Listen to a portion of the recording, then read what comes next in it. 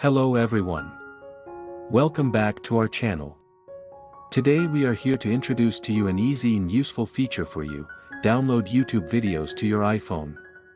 Downloading a video to your iPhone will help you track it in a stable way, and when you watch it again, you don't need to use the internet, and there will be no problems at all. Method 1, YouTube Premium. Subscribe to YouTube Premium, individual and family plans. Open the YouTube app and sign into your premium account. Find the video you want to download. Click the download button below the video. Select desired video quality, up to 1080p. The video will start downloading. Method 2. Free version. You will encounter ads when watching videos and when you close the application.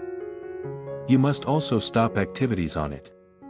The steps are the same as on the paid version. Step 1, open the YouTube app. Step 2, search for the video you want. Step 3, click on the video to open it. Step 4, find the download option, 3 dots next to the video.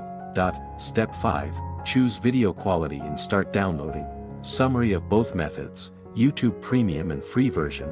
Remember, offline YouTube is a game changer. Thanks for watching and see you in the next videos.